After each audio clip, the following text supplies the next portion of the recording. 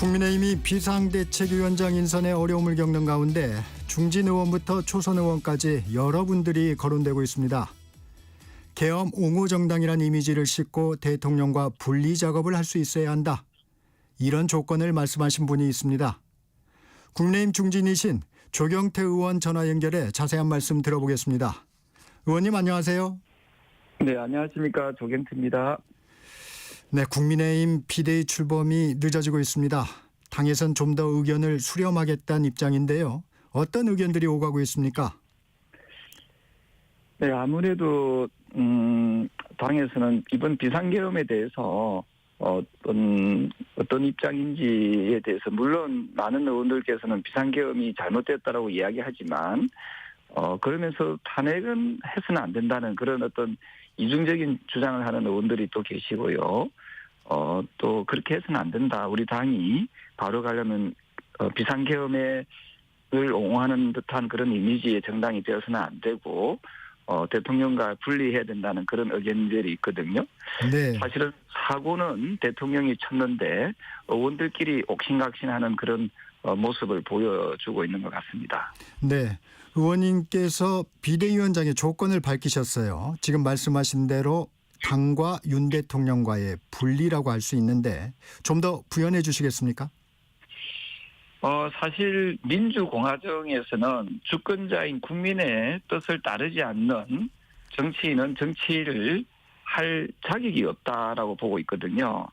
지금 대다수 국민들이 대통령을 탄핵하고 대통령의 직무를 정지시켜야 된다라고 하는데 우리 당이 거기에 반하는 정치, 거기에 반하는 듯한 그런 이미지를 가지고 있어서는 정당의 존재에 존립의 이유가 없다 이렇게 보고 있습니다. 따라서 비상대책위원회가 해야 될 최우선 과제는 계엄 옹호당의 이미지를 탈피하고 지금의 대통령과의 분리 작업을 할 수 있는 그런 비대위가 구성이 되어야 됩니다.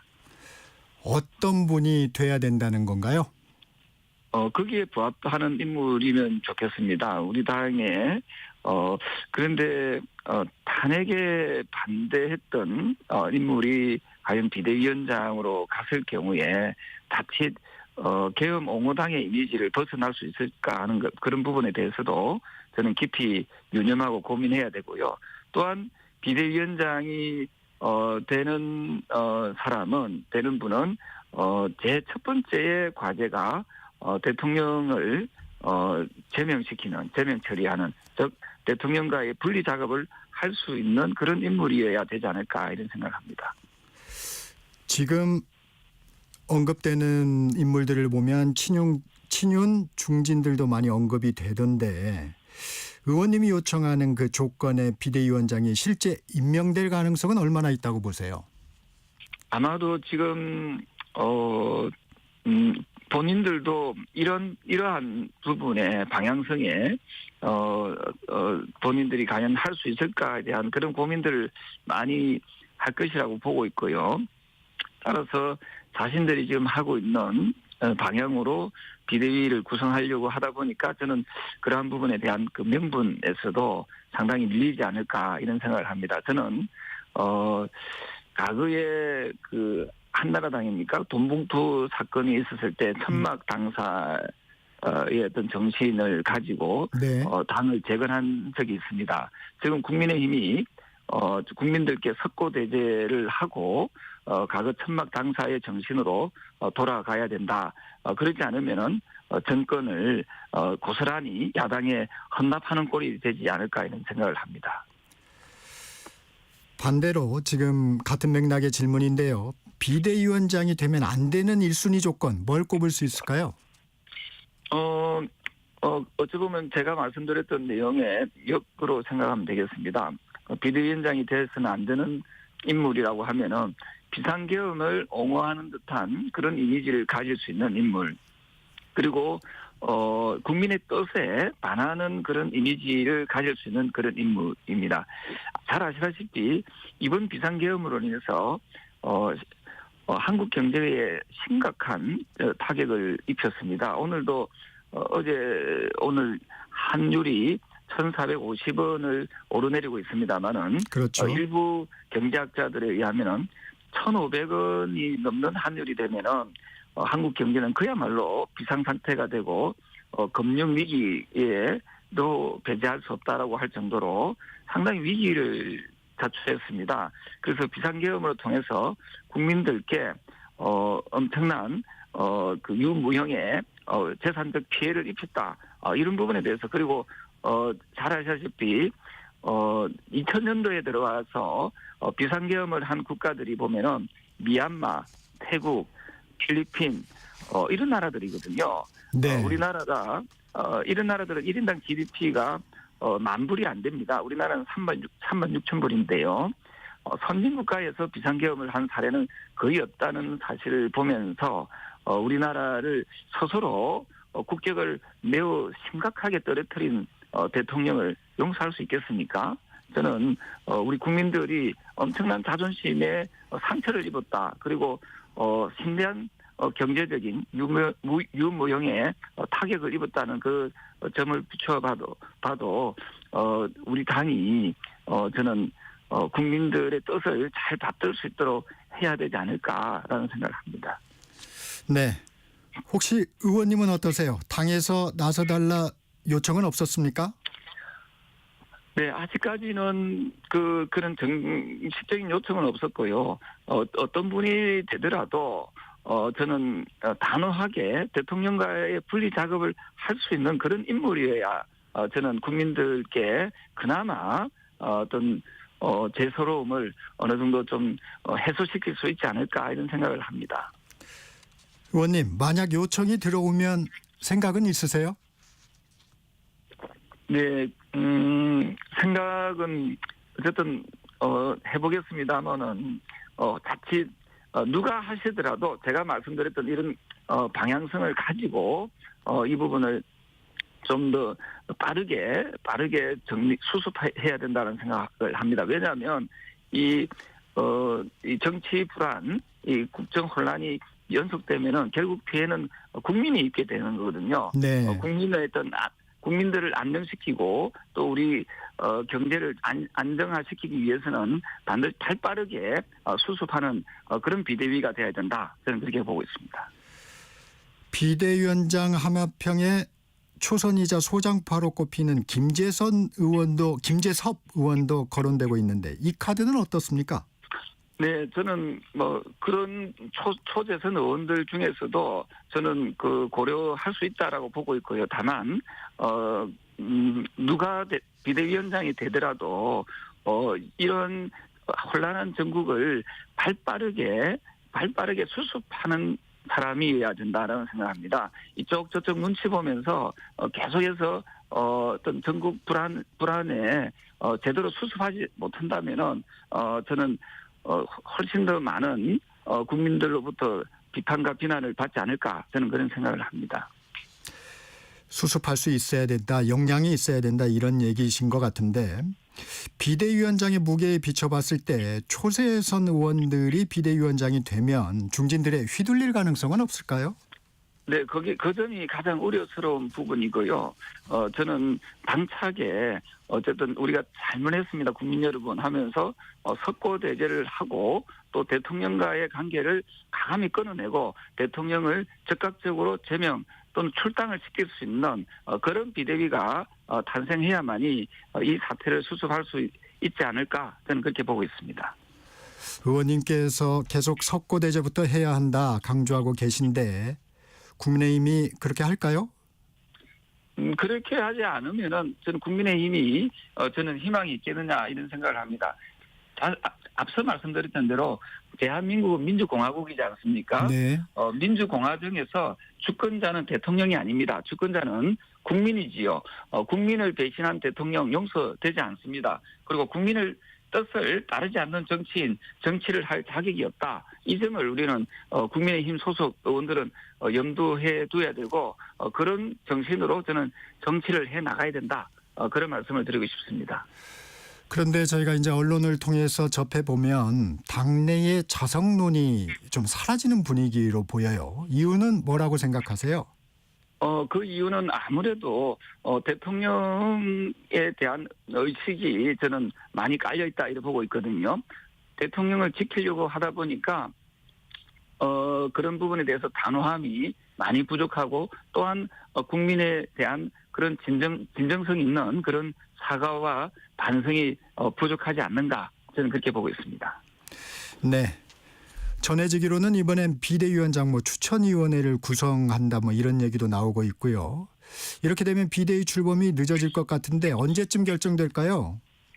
저는 늦어도 이번 주 안에 결정이 돼야 된다고 보고 있습니다. 왜 그러냐면은 지금 전국 불안정이 우리 국민 경제에 미치는 영향이 매우 크거든요. 그렇다면은 집권 여당이라고 하면은 최소한 국민을 위한 그런 어떤 이런 위기 상황에 있어서 국민을 위해서 희생하고 봉사하는 마음 일이라도 있어야 된다 이렇게 보고 있거든요. 일도 없다라고 하면은 이 정당이 제대로 존속의 의미가 있겠습니까? 물론 이분들은 의총이라든지 여러 군데에서 보면은 국민 여러분 우리는 국민을 위하는 정당입니다라고 이야기하지만 네. 국민들께서는 그렇게 저는 보지 않을 가능성이 매우 높다라고 봅니다. 그래서 그런 이미지를 가진 정당, 과연 정당의 어떤 정당으로서 국민들께 지지를 획득할 수 있을지 저는 잘 모르겠습니다. 그리고 또한 우리 당을 우리 당에 그냥 아주 그냥 거구적으로 우리 당을 이끌고 나가고자 하는 그런 지지자 일부만 가지고 당을 이끌어 나가거나 운영한다면은 저는 각종 선거에서 저는 패배할 수밖에 없다라고 저는 보고 있습니다. 네, 의원님께서 공개적으로 탄핵 찬성을 밝혔는데 지역구가 부산 사을이시죠? 네네네. 그 지역구라든지 당내 반응은 어떤가요? 김상욱 의원은 살해 협박에 동료들로부터 왕따도 심하다고 밝혔더라고요. 네, 저는 그렇게 행위하는 의원들이나 또는 있다면 또는 당원들이 있다면 적반하장이라고 생각합니다. 왜냐하면은 계엄을 해제시키고 계엄을 막은 그런 정치인을에게 그런 식으로 막말을 하거나 위협을 가한다면은 그분들은 민주공화정에 저는 자격이 없다 이렇게 보고 있고요. 그리고 부산은 부마 민주항쟁을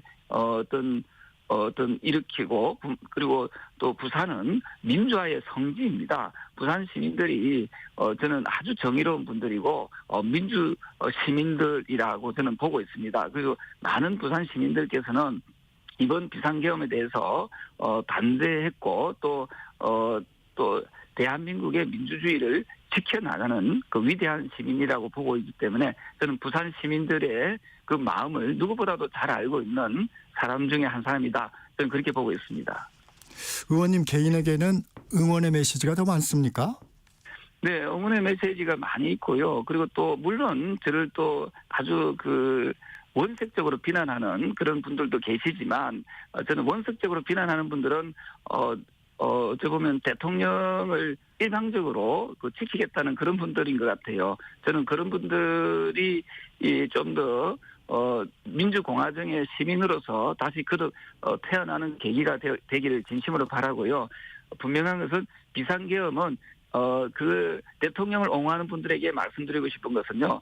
비상계엄은 여러분들의 자유를 속박하고 여러분들의 어떤 그 자유 시민으로서의 어떤 긍지를 떨어뜨린 그런 부분이라는 것을 꼭 명심해 주셨으면 하는 바람입니다.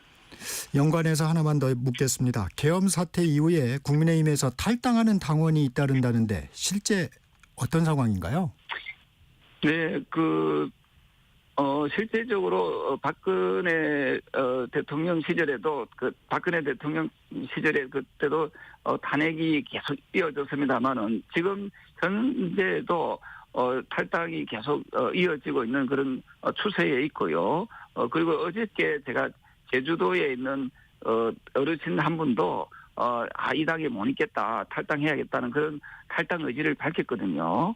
그래서 우리 당에 제대로 빨리 수습하지 않으면은 탈당을 의지는 계속 이어질 수밖에 없지 않을까. 특히 젊은 층에서 국민의힘을 지지했던 젊은 층에서 탈당을 의지가 많이 이어질 가능성이 매우 높다. 그런 말씀을 드리고 싶습니다. 네. 권성동 대표 권한대행이 윤 대통령 탄핵이 기각이 되면은 탄핵안을 발의하고 찬성한 국회의원을 직권남용으로 처벌해야 한다라고 주장했습니다. 이런 의견에 대해서는 어떤 생각이세요?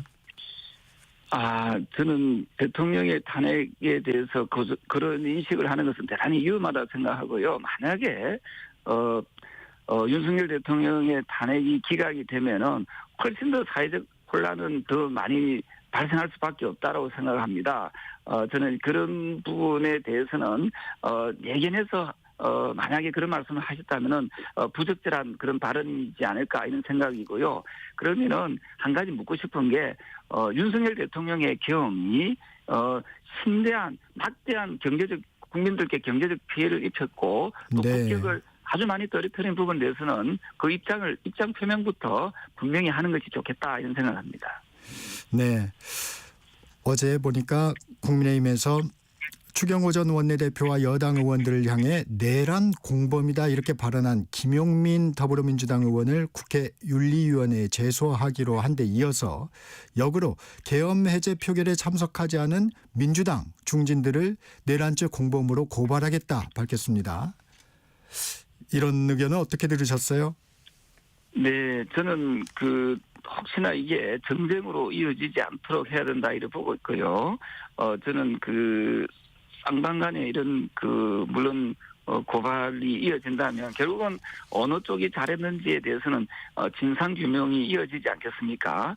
저는 분명한 것은 계엄을 해제를 했던 그런 부분에 대해서는 저는 잘했다라고 아마도 국민들이 잘했다고 하지 않겠습니까? 네. 그렇다면은 계엄 해제에 참여하지 않았던 정치인들은 이유 여하를 떠나서 국민들께 어쨌든 죄송한 마음을 가질 수밖에 없다. 저는 그렇게 보고 있습니다. 네, 주제를 넘어가 보겠습니다. 어제 한덕수 대통령 권한대행이 양곡법 등 6개 법안에 대해서 제2요구권을 행사했습니다. 민주당에서는 선을 넘지 말라고 하면서도 탄핵 거론엔 신중한 입장을 보이고 있어요. 민주당이 한덕수 권한대행에 대한 탄핵을 보류하는 배경은 어떻게 보세요? 아마도 여론의 눈치를 살피고 있지 않는가 이렇게 보고 있고요. 더불어민주당에서는 총 28건의 탄핵을 발의하지 않았습니까? 네. 저는 더불어민주당이 너무도 많은 일방적인 탄핵을 발의한 정당, 결국은 국정 운영의 발목을 잡은 그런 정당이라고 비판의 목소리가 매우 높습니다. 그러다 보니까 한덕수 국무총리, 한덕수 대통령 대행에 대해서 탄핵을 할지 말지를 저는 국민들 눈치를 보고 있다 이렇게 보고 있고요. 그리고 더불어민주당 역시 이 혼란의 어떤 시기에 본인들이 이 혼란을 수습하려고 해야지 또한 이것을 정치적으로 정쟁화시키는 것은 대단히 잘못된 제1당으로서 대단히 잘못된 자세라고 보고 있습니다. 앞으로 혹시나 이러한 것을 계속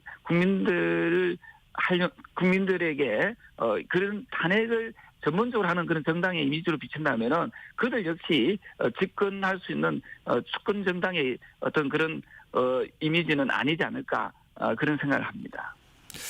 관건은 김건희 여사 특검법, 내란 특검법에 대한 한 권한대행의 제2요구권 행사 여부일 것 같은데 지금 정부로 이송된 상태입니다. 시한은 1월 1일까지고요. 조 의원님은 한 권한대행이 이 부분에 대해서는 어떤 결정을 해야 된다고 보세요?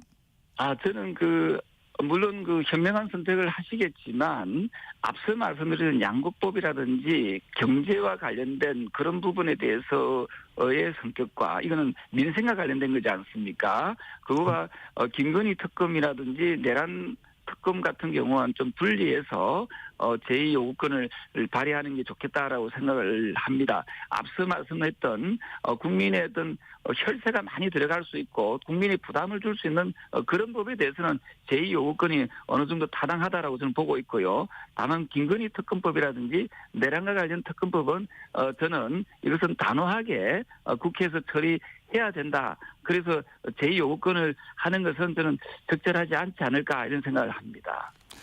그동안 국민의힘이 이 특검법에 대해서 반대해 왔던 것이 예를 들면 특검을 야당이 임명하는 것이 위헌 아니냐 이런 얘기였잖아요. 이 부분은 어떻게 보십니까? 네, 물론 그런 어떤 한계가 있습니다만은 그렇다면은 우리 여당이 그럼 같이 그 부분에 대해서 찬성하느냐? 그럼 우리 여당이 그럼 그 특검법을 발의할 수 있느냐 하는 부분을 또 물어봐야 되거든요. 네. 그렇다면 우리 당에서 독자적인 특검법을 야당이 그렇게 하면 안 된다면 우리 당에서 특검법을 또 발의하면 되지 않습니까? 우리는 특검법을 발의하지 않으면서 자꾸 야당의 문제로만 치부하기에는 국민적 어떤 그런 여론, 국민적인 뜻에 반하지 않을까 저는 그런 생각을 합니다. 그러면 우리가 그러면 제3의 특검법을 발의를 하든지 그렇지 네. 않다면은 야당의 어떤 특검법에 대해서 동의할 수밖에 없다는 그런 또 국민적 또 시선이 있거든요. 네. 예, 이 부분에 대해서 우리가 어떻게 해석할 건가를 고민을 해야 된다 이렇게 봅니다. 이 부분은 정치적으로 좀 민감한 사안이어서 가정입니다만 이 특검법에 대해서 제2요구권을 행사할 경우 민주당은 탄핵 카드를 꺼낼까요? 저는 대통령에 대한 탄핵 카드가 이번에 통과되지 않았습니까? 거기에서 좀 멈췄으면 좋겠습니다. 아무리 야당이 자기의 뜻에 조금 맞지 않다 하더라도 더 이상의 국가적인 어떤 전국의 혼란을 좀 막았으면 좋겠다. 조금 더 성숙된 모습을 보였으면 좋겠다고 생각하고요. 여당 역시도 김건희 특검법이나 이런 걸 통과시키라는 여론이 매우 높지 않습니까? 그렇다면 여당 역시도 이 부분에 대해서 무조건 반대가 아니라 국민의 뜻을, 야당의 뜻을 따라가는 게 저는 결코 아닙니다. 국민의 뜻을 좀 따라가는 그런 국민의 힘이 됐으면 좋겠다는 말씀을 드리고 싶습니다. 여야 공방이 아닌 국민의 뜻을 따라야 된다 이런 말씀이시군요. 네, 그렇습니다. 야당에선 여당 불참해도 연내 헌법재판관 임명 동의안을 통과시키겠다는 입장이에요. 권한대행의 헌법재판관 임명 여부는 어떻게 전망하십니까? 저는 헌법재판관 역시도 물론 야당의 어떤 그런 여러 가지 꼼수라든지 이런 거 우리 여당에서도 많이 지적을 하고 동의하기 어렵다는 그런 이야기들도 많이 나옵니다만은. 네, 의원님. 네네. 네, 오늘은 여기까지 듣겠습니다. 네. 네, 감사합니다. 지금까지 국민의힘 조경태 의원과 말씀 나눴습니다. 전하는 말씀 듣고